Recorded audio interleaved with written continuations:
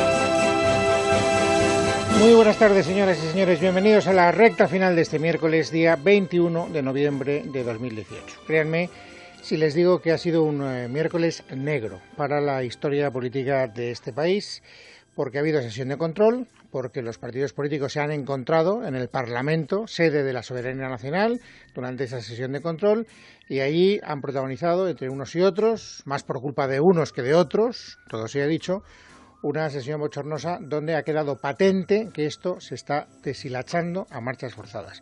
Y cuando digo esto, me refiero a la situación que estamos padeciendo todos los ciudadanos españoles. Ya no solo es el desprestigio de las instituciones, que también es ya el tono con que los políticos, con que los representantes públicos están empezando a encarar este tiempo de basura de la legislatura que estamos padeciendo. Se han llegado ya a escupir unos diputados a otros.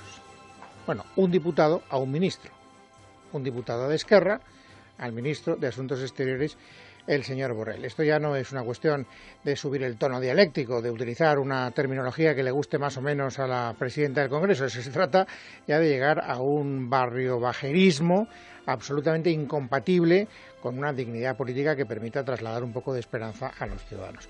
Y no solo ya ha sido un miércoles negro porque hemos puesto de manifiesto, se ha puesto de manifiesto ese tono absolutamente crepuscular de la política española, sino porque además hemos asistido de verdad con bochorno auténtico a algunos de los momentos que deberían pasar a la historia como los momentos de la estupidez política elevada al máximo cubo. Al máximo cubo no, al máximo exponente. Tenemos una vicepresidenta del Gobierno que es jurista, según dice su currículum profesional, y además es jurista especializada en temas constitucionales. Yo no tengo ni la más remota idea de si le cundió mucho o no le cundió mucho el estudio que hizo de sus estudios profesionales. No tengo ni idea. Pero sí que sé que la intervención que ha tenido esta mañana Carmen Calvo en el Congreso de los Diputados durante la sesión de control debe pasar a los anales del analfabetismo jurídico con diferencia. Estaba enfadada por todo el lío que se ha organizado a propósito de la no negociación, al final, entre el Partido Popular y el Partido Socialista para renovar el Consejo General del Poder Judicial. Ya saben ustedes que in extremis ayer, lo contábamos en el programa, el Partido Popular reculó y se tragó todo lo que había venido diciendo durante los meses que ha durado esta negociación secreta entre el PSOE y el Partido Popular y decidió devolver mediante una enmienda, el propósito al menos, de que los vocales del Consejo General del Poder Judicial que sean jueces sean elegidos por los jueces. Bien, se ha quedado por lo tanto solo el Partido Socialista. Y a la hora de exteriorizar su enfado, la señora Calvo, vicepresidenta del Gobierno, jurista y experta en temas constitucionales, no se lo pierdan, dice esto. ¿Ustedes qué entienden por separación de poderes y por independencia del Poder Judicial? Que ese poder del Estado no salga también de este lugar que es donde está la soberanía común de todos los españoles. ¿Eso entienden ustedes por independencia judicial? Cuando la Constitución establece que todos los órganos constitucionales del Estado y todos los poderes del Estado salgan de aquí, que aquí es donde estamos todos los españoles, ¿ustedes plantean que el Poder Judicial se nombre a sí mismo? ¿Ustedes plantean eso? Para empezar, señora Calvo, Yo no soy jurista, y no soy experto en temas constitucionales. Por lo tanto, usted sabe más. Usted debería saber más. Pero con lo poco que sé, me permito humildemente decirle, con todo respeto, señora Calvo, que el Consejo General del Poder Judicial no es Poder Judicial. Para empezar, ¿dónde está la jurisdicción? ¿Hay alguna jurisdicción que haga referencia al Consejo General del Poder Judicial? Esa es la primera consideración que le quiero hacer. Pero no es esa la cuestión fundamental. La cuestión fundamental es que usted no parece haber leído el artículo 117 de la Constitución, que es muy cortito y muy claro. La justicia emana del pueblo, es verdad, se administra en nombre del rey por jueces y magistrados integrantes del Poder Judicial, jueces y magistrados integrantes del Poder Judicial, porque tienen jurisdicción, independientes, inamovibles, responsables y sometidos únicamente, señora Calvo, al imperio de la ley.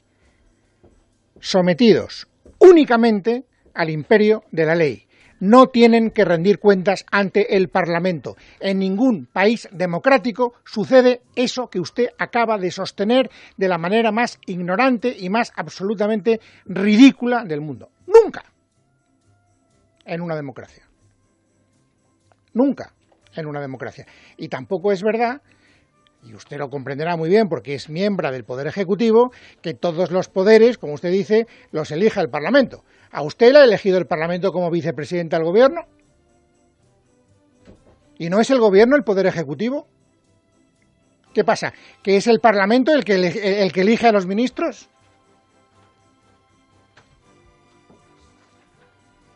¿Usted por quién nos toma? Es el presidente del Gobierno quien elige a los ministros. Y naturalmente el Gobierno tiene que rendir cuentas ante el Parlamento. Pero desde luego los jueces no, el Poder Judicial no, los jueces no. Y el Consejo General del Poder Judicial no es el Poder Judicial. Lo digo porque es que aquí nos están contando ya la milonga porque consideran que todos somos profundamente imbéciles. Y están llegando ya a un grado de jugar con los términos, de jugar con los conceptos y de jugar con los principios que da asco, francamente. O sea, escuchar a la vicepresidenta del Gobierno, una jurista supuestamente especializada en temas constitucionales, decir este catálogo de barbaridades es para pedir un billete al lugar más lejano en la fecha más próxima posible. Esto es lo que yo pienso, por lo menos esto es lo que yo pienso. Hay una anécdota divertida a propósito del poder y de la autonomía que tienen los jueces, que protagonizó Napoleón. Napoleón, que pasaba por ser en su época el hombre más poderoso del mundo. Y la gente que le quería hacer la pelota decía, ¿cuánto mandas, Napoleón? Y Napoleón les contestaba, yo lo que quiero ser es juez instructor de París, que es de verdad el que tiene poder. En fin, esto es sencillamente una exteriorización del enfado que yo tengo como ciudadano, porque no me puedo quedar callado ante esta catálogo de barbaridades que ha dicho la vicepresidenta del Gobierno y que lo único que demuestran es la voluntad totalitaria que tiene este Gobierno para poder controlar todos y cada uno de los resortes que no están sometidos a su control. Hoy se ha producido un hecho, no quiero demorar más esta noticia porque además es una de las más recientes, que demuestra hasta qué punto ese talante manipulador y controlador y totalitario del Gobierno se pone de manifiesto. Saben ustedes, veíamos hace unos días, que la Abogacía del Estado tenía que emitir un dictamen y tenía que elevar sus conclusiones a propósito de cuál tenía que ser la actitud de la Abogacía del Estado respecto de los políticos presos en el proceso que se ha abierto contra ellos, en la apertura del juicio oral. Y sabíamos, porque lo contaron todos los medios de comunicación, que el Gobierno impuso como criterio de obligado cumplimiento, podía hacerlo, por cierto, a los abogados del Estado que se olvidaran de la rebelión y que mucho actuaran o acusaran por sedición. Y también sabíamos que una parte de los abogados del Estado que tenían que emitir ese dictamen estaban en desacuerdo. Estos son los antecedentes. Noticia de hoy.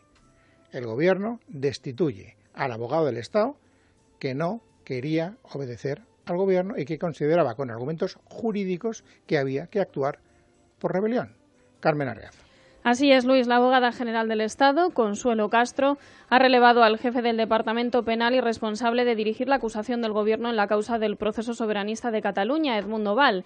Según el argumento oficial, Castro cesa a Val por pérdida de confianza, aunque detrás de la decisión está la diferencia de criterios respecto al juicio del procés, después de que la abogada general optara por acusar a los procesados de sedición y no de rebelión, y Edmundo Val fuera partidario de seguir la línea marcada por la Fiscalía y acusar por rebelión a los líderes del proceso soberanista.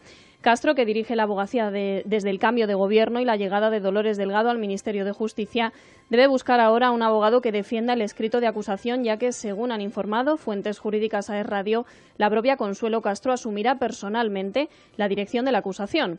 La discrepancia entre Castro y Val se plasmó en la presentación del escrito de acusación el pasado 2 de noviembre, cuando por primera vez la abogacía se desmarcó de la senda marcada por la Fiscalía, que de momento se había mantenido firme pese a los cambios de fiscal general.